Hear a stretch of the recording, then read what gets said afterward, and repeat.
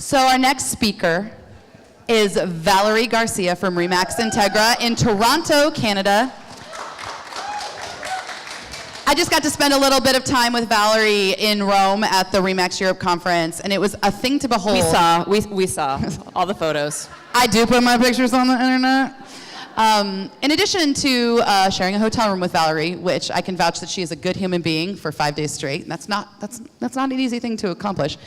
She was dazzling the European realtors. She explained to them what buyer's agency was.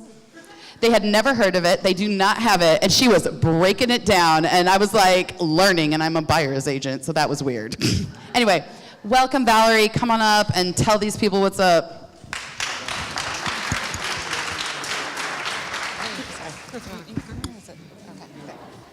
Hi.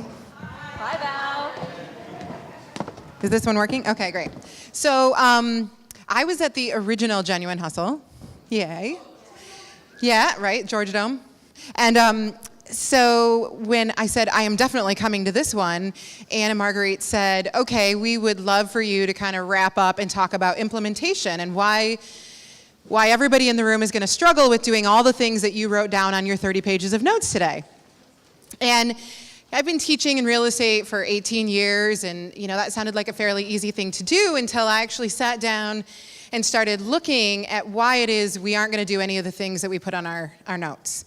And I realized that it's kind of a big thing, something we don't really talk about very much, is not very comfortable, it's mostly fear.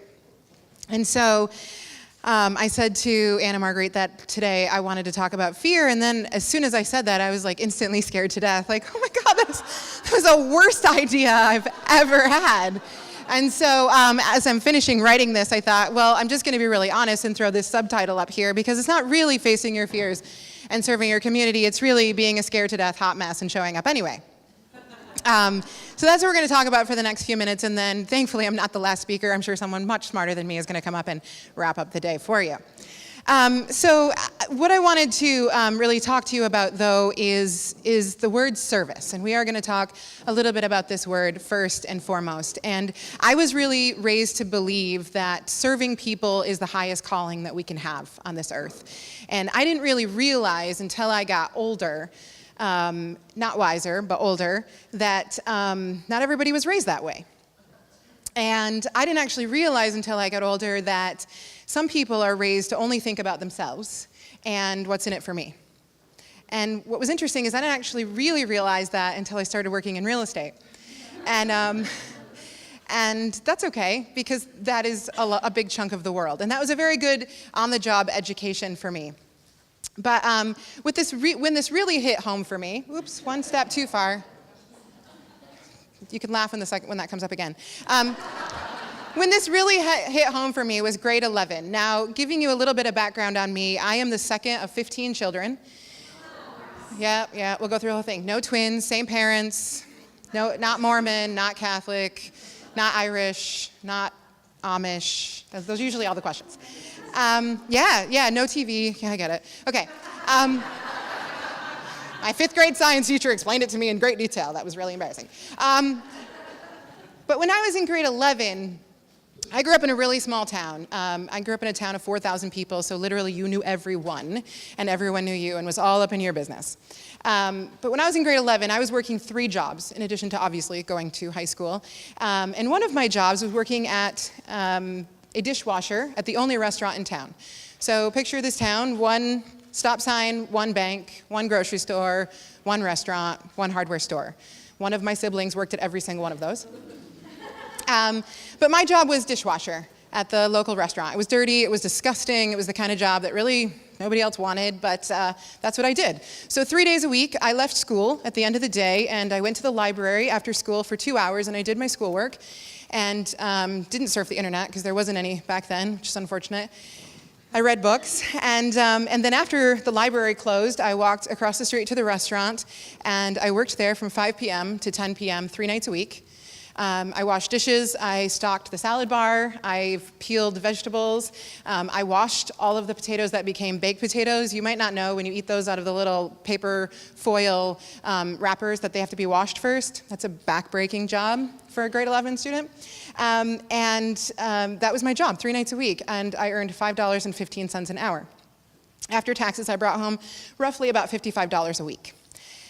And for me, this was not a perk. This kind of job was not, wasn't something that I did because I wanted to. I grew up in a really big family, and this was a necessity. We had to earn our own spending money. We had to earn our own way. And most of my friends obviously were not working 3 jobs at that point. Most of them were dating and going to homecoming, and they were cheerleaders, and they were doing whatever teenagers did in the 90s, like go to the roller rink.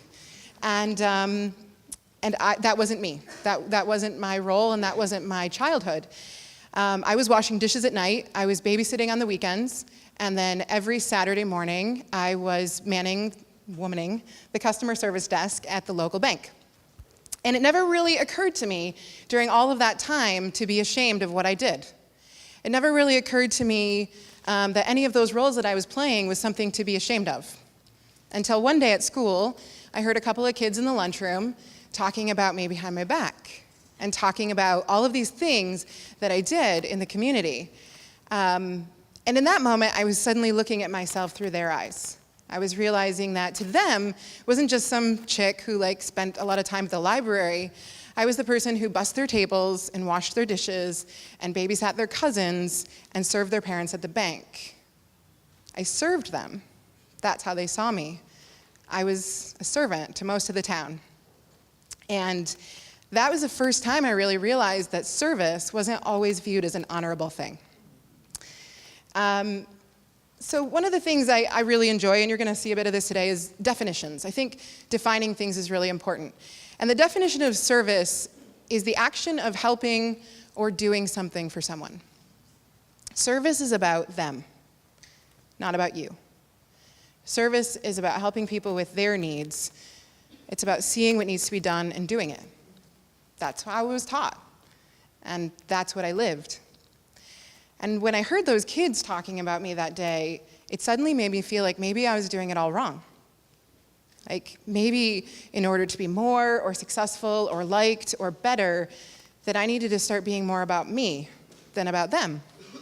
And maybe I really had been doing it all wrong up to that point. And that scared me. See, this is where it comes apart for most of us in our lives, is that most of us actually do start out with a heart for service. We start out as people who like to wrap up the things that we already own in pretty paper and give it to our siblings for their birthdays because we want to make sure that we're giving them presents too. We are the kids who pick flowers and hand them to our mother and act like it's a really big deal. And we share our ice cream because it makes somebody else feel joy. As children, as young people, service is in our DNA. This is who we are.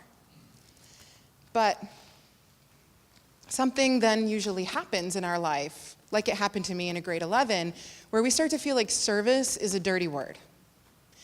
Like it's something that's beneath us, and we really should be looking out for ourselves more. And so we start to go around feeling scared all the time. Because when you only think about yourself, that's a really scary place to live. And we start to look at ourselves with criticism. And we start to say, I look terrible in that picture, or I don't like this about myself, or I sound horrible on camera. And we worry about what other people are going to think, and at the same time, here's the best part, we're walking around telling ourselves and everybody around us to be authentic. So let's talk about this word for a minute. This has got to be one of the greatest buzzwords of our time. You want to talk about drinking games at conferences? Like this one is the middle square of every bingo game. Right? I don't care where you are, what conference, this is it. Bingo, right here. So the definition of authenticity is simply being real or true. When you search the word authenticity, these are the words that come up: reliable, dependability, trustworthiness, credibility, and truth. It's funny that authenticity has actually kind of gotten to be a dirty word in the online space too. Is it who we really are? Is it who we really want others to think we are? What is it? What does it mean? Gurus a lot of times throw this word around like it's something that we can just create ourselves to be. You should just go out there and make yourself authentic. That's not really how it works. I would suggest to you that authenticity is really just the grown-up word for service. It's about caring more about other people than yourself. It's about caring enough even when it's really uncomfortable, whether it's giving feedback or understanding or curiosity or giving somebody grace. It's about being somebody that other people can rely on or they can trust to do what needs to be done. That's authenticity, but when you break it down, that's really just service. It's really just being who other people can rely on to help them. But see, now we're going to be back at that scary place again, because when we have to think about other people, instead of just thinking about ourselves, it's scary. It means that nobody's looking out for us. We're always going to think about them. What about us? And that's ingrained in us from a really, really young age.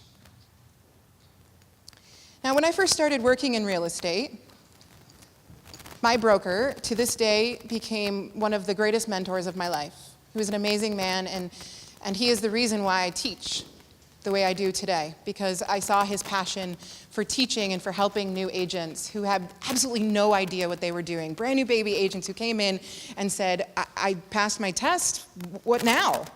Well, they actually don't teach you anything when you take your test, right? You know that. So you're still brand new. And one of the things that he taught me, he told me this secret that has stayed with me for 18 years. And the story of how I came by hearing this secret was basically one day I made a really smart aleck comment, which for those of you who know me know it's totally out of character. And he pulled me into his office and he was kind of reprimanding me, and he said something to me that has stood with me all of this time. And I'm going to tell you that secret today. Every single one of us, every one of you, we walk around scared all the time. We're scared of doing something wrong. We're scared of losing a deal. We're scared of losing a client. We're scared of losing a friend. We're scared of missing an opportunity. Patrick Lencioni does a great session on this. He talks about naked leadership, about the ability that we have to actually get in a room with our people and take all of our clothes off, not literally, metaphorically, and be willing to say, look, this is who I am. See me. But we're scared. Most of the time when we talk from this stage, the first comments or the first questions that come from the audience, and I do it too, is, yeah, but what if? Because we immediately go to, well, what if something, like, what if, how can you do that? What if it doesn't work? What if it all goes wrong? What if it doesn't? We're afraid to be vanilla, but we're also afraid to be the extra scoop of full, fat, chunky monkey that we are. We're constantly, consistently, always in a state of fear. Now, learning that secret really helped me become the teacher that I am today. It made me understand that I need to have empathy and that I need to meet people where they're at. But there is a second part to that secret, and it took me a long time to learn it. Our deepest fear is not that we are inadequate. It's that we're powerful beyond measure. Our biggest fear is that we are awesome freaking rock stars. Because if we're awesome freaking rock stars, do you know what that means? It means that we have the power and the responsibility to do something with it. If we admit that we are freaking kick-ass, then we know that we are put here because we are meant to do something about it. And one of my favorite quotes of all time is, "Your playing small does not serve the world." And there's that word again. Serving other people is rarely convenient. It's not easy. It's often at odds with the easy path. It's occasionally not at all what other people agree with. It's usually, almost always, the road less traveled. But if we serve with authenticity, then we are very likely doing exactly what we were created to do. And it's very, very, very likely that we are going to find our true calling in the middle of it. You see, we're all created to do really big things in our communities and in our lives, in our families, in our sphere of influence. We're all created to do really big things. But first, you have to believe that you can. And then you have to be brave enough to do something about it. But the good news is, as you've heard a bunch of times today, we're not created to do all that alone. We've spoken a lot about community today. It's maybe the best conference theme of all time. Agreed?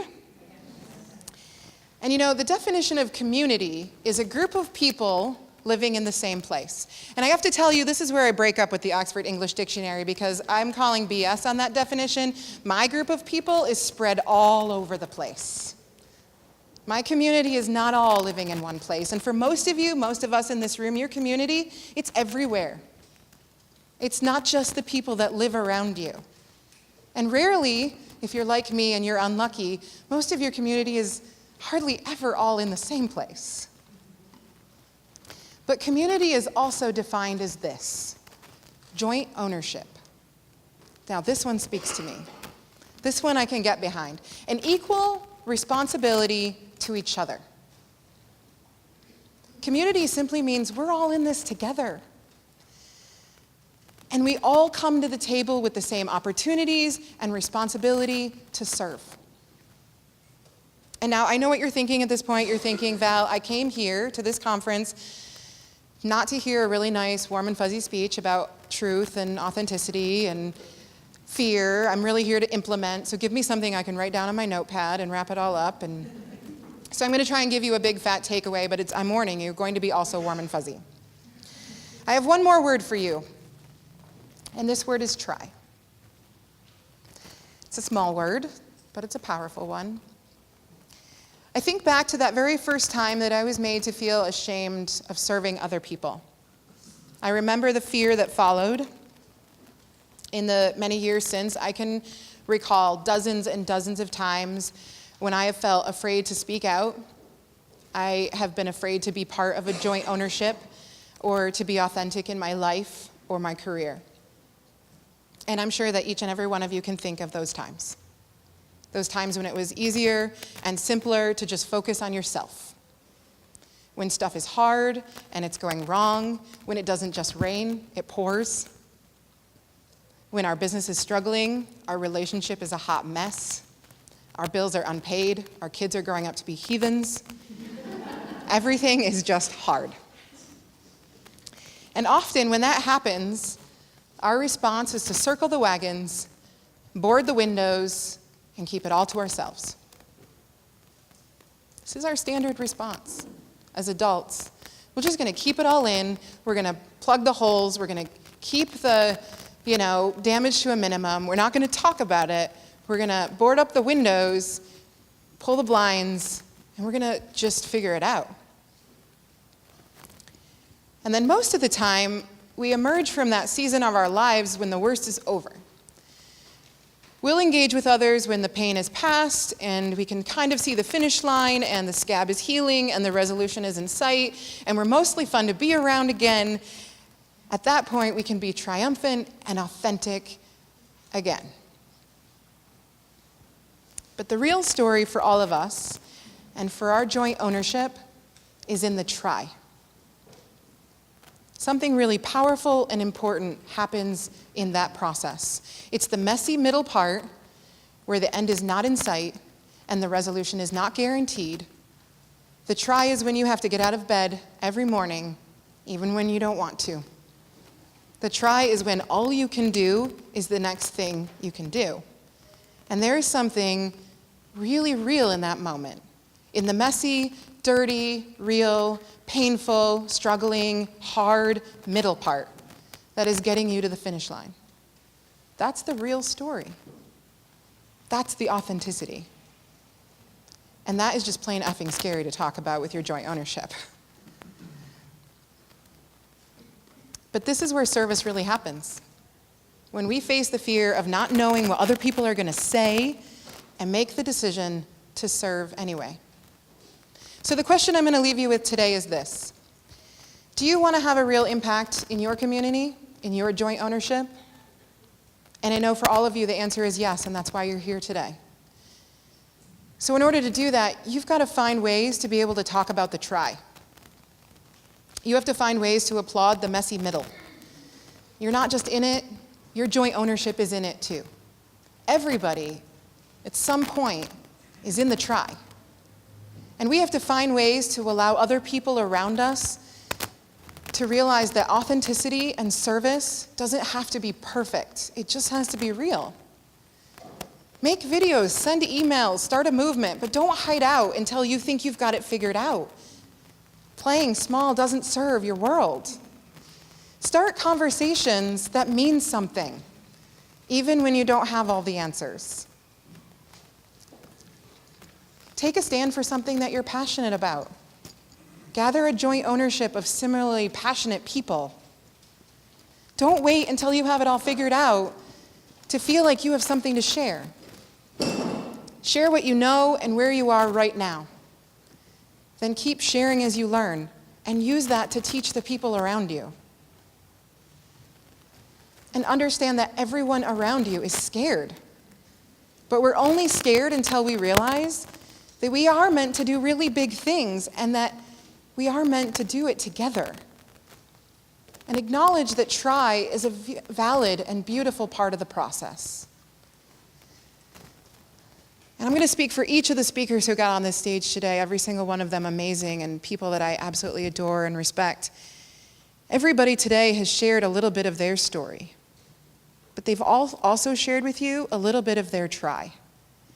Because I guarantee you that not one of us, not a single one of us who has stood on this stage in front of you today has got it all figured out. We're all in the middle of a really messy try, and it all looks different, but we're all in it. Not one of us is here to stand on the stage to say, look at me, I figured it out, I'm amazing. We're amazing, but we're still like a mess. But we are serving our joint ownerships with as much authenticity and fear as the next person. And so that brings us back to where we started today. It all comes back to this word. We're in it together. This industry, this is our joint ownership. This world, this planet, our communities, we are all a joint ownership. So I'm going to leave you with one last thought from the great Dr. King. And I love this one. Everybody can be great because anybody can serve. So don't be afraid to serve. Don't be afraid to be real. It's the only true way for all of us to be truly great. Thank you.